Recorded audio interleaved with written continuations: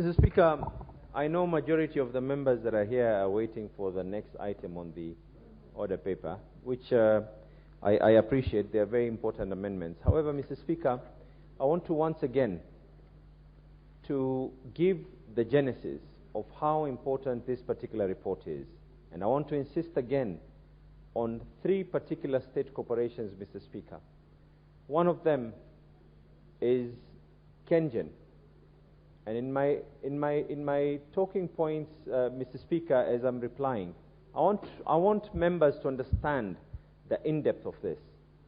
We have a state corporation that has geothermal wells, but the CS for energy, who is in charge of giving the authority for that particular state corporation to supply power to Kenya Power and Lighting, decides to sit on that particular approval. As that is going on, the same department, ministry, is busy approving independent power producers who are selling power at a more expensive price, Mr. Speaker. So this is something that I want members of this House to be able to understand. And I do not know who will be here, Mr. Speaker, after me in the implementation committee, but I hope that this House will now be able to put an end and now rise to the occasion. Mr. Speaker, secondly, is the issue of the Kenya Ports Authority. And KPA had two matters in particular. One was the Lamu Port, a very grand and very noble idea. But what ended up happening is the ministry decided to do the procurement. In the middle of it, Mr. Speaker, they gave a file to Kenya Ports Authority, which, by the way, KPA themselves are not even aware how the procurement was done. They are not aware who are the bidders. They were just given a document and told, continue implementing what was started by the ministry. It now gives the question whether KPA did actually act as an autonomous body in this particular matter. Secondly, Mr. Speaker, in regards to Kenya Port Authority, and I say this with a lot of, because this is something that is affecting the livelihood of very many people. This House, through myself and other members of Parliament, discussed this matter, and the Auditor General, I want to rephrase, was very clear as to the duration of time when Kenya Ports Authority appended their signature. If members and the teams that are going to be able to investigate this and get to the bottom of it, look at the appendixes that we've attached. Mr. Speaker, the SGR had three contracts. One was the loan, which no one has been able to see. Two, Mr. Speaker, was an agreement between Kenya Ports Authority and Kenya Railways. Three, Mr. Speaker, was an agreement between Kenya Ports Authority, Kenya Railways, and the China Exim Bank. Now, this is why when we say that the Port of Mombasa is at a threat, amongst the clauses that are there, Mr. Speaker, and I say this with a lot of passion, Mr. Speaker, considering that today is my second last day being a member of Parliament who will be sitting in the chambers. Mr. Speaker, they actually signed off that KPA has to guarantee cargo. Legally, Kenya Ports Authority has no mandate and has no capacity to guarantee cargo anywhere. International norms does not even allow them to do that. Secondly, Mr. Speaker, they were told failure for you to bring such kind of cargo, then you are liable to pay Kenya Railways a certain amount of money to reflect that cargo that you were not able to bring on board. In the process of that, Mr. Speaker, in the process of that, Mr. Speaker, what has ended up happening is they signed, and in the words that were used in that contract, a contract that even matters of arbitration are not being done in Kenya. Matters of arbitration are being done in Beijing. They signed off all rights, including sovereign rights. And despite all other articles that have come out there, we are only saying what we saw with our own eyes. We are only saying the evidence that we were able to get, Mr. Speaker.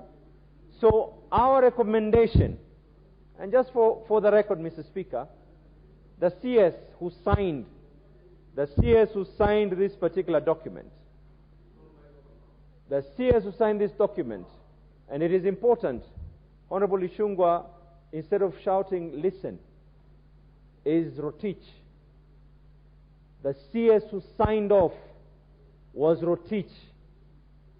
There was no board approval, Mr. Speaker, that was ever shown to this committee.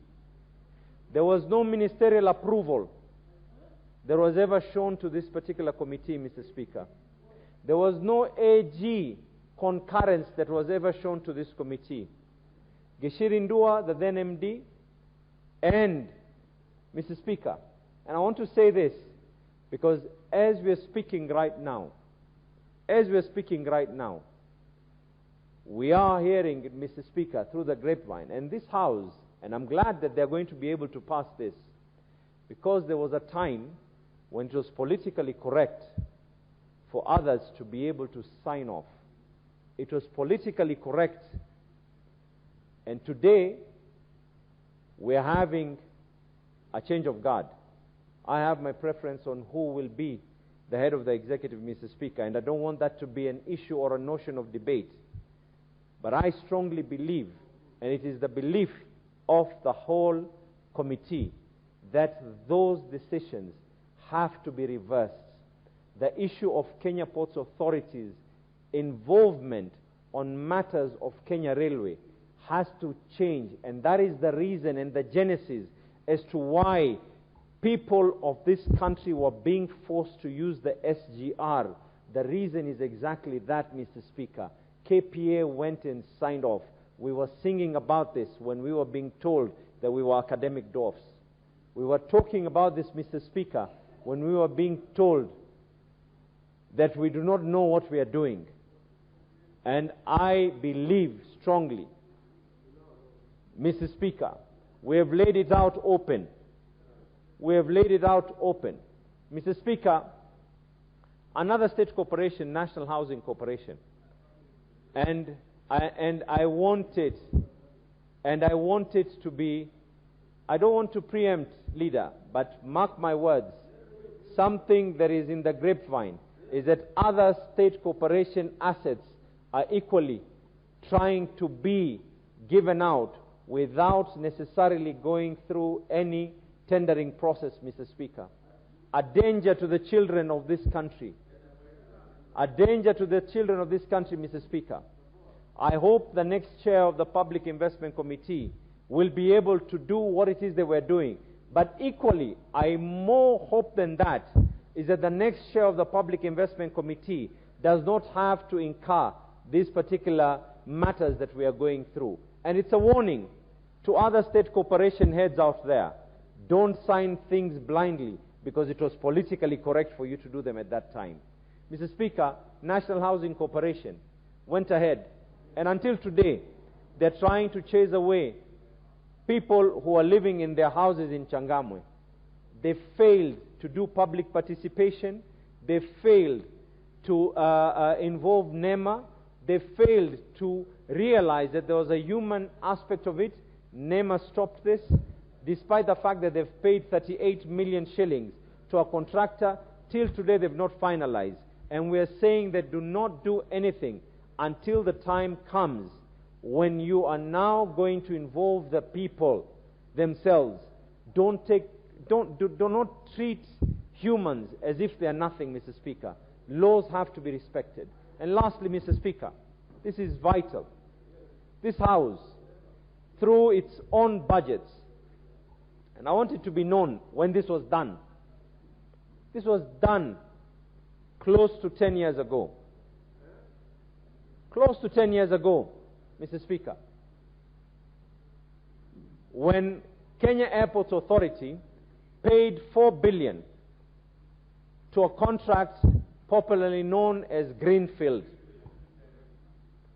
And Mr. Speaker, a member, the leader of majority who's seated here, refused that particular contract. This is what happened, Mr. Speaker. Another very, very grand idea, very noble. But look at how malicious some individuals thought they were going to get away with. And I'm glad, I'm honored to have served in a committee where my members were so diligent, Mr. Speaker, that even the word billions did not shake them. They stood firm on their ground and said this is what Kenyans need. They signed a contract. It was meant to be one of the largest contracts in this country. But this is where all went wrong. The contractor was meant to bring a financier. The contractor failed to bring a financier. What ended up happening? They gave that contract to someone prior to securing a financier. That means they committed themselves despite knowing that if there was no financier, there would have been a problem. Now, even graver than that, this is how bold some individuals got. How bold some individuals got, because at that time, they were politically correct. The contract was to be inclusive of VAT, Mr. Speaker. They went and signed something saying that those figures were meant to be exclusive, so let's add another VAT on top of it. Then not only that, Mr. Speaker, they decided to take their time to write a cancellation letter. A huge amount of time, by which time that contractor currently is continuously charging and charging and charging and charging. By the time, Mr. Speaker, in fact, once again, I want to give it to the members of this committee. I've never been more blessed, Mr. Speaker, and elevated like serving as a chair of the Public Investment Committee of such kind of members. And I wish them luck and I wish them the best in their future endeavors. But Mr. Speaker, if it was not for this committee prompting and asking the question, we would not have realized today. Those letters would not have been shipped out to that company, that contractor, to tell them that we are cancelling these contracts, let us finalize. As by the time of us signing this report and tabling it, nothing had been finalized. And if Kenyans are not going to take action on those people who have created nothing else but an economic sabotage, have done nothing else, this, if anything else, Mr. Speaker, I'm trying to imagine the children of the people out there in Baringo, whose that money would have been used for security purposes. I'm trying to imagine the children of a person who's from Mandera, who's that person, that money would have been used for food. I'm trying to imagine, Mr. Speaker, the children of the people from Mombasa, whose parents would have today not been created that they are jobless, but then that money would have been used for purposes of the blue economy, and what it is that Kenyans envisage. If this House is going to let a few hungry individuals who at that time were politically correct, Mr. Speaker, then it is going to be a total shame. And with those, Mr. Speaker, I beg to reply. Thank you very much.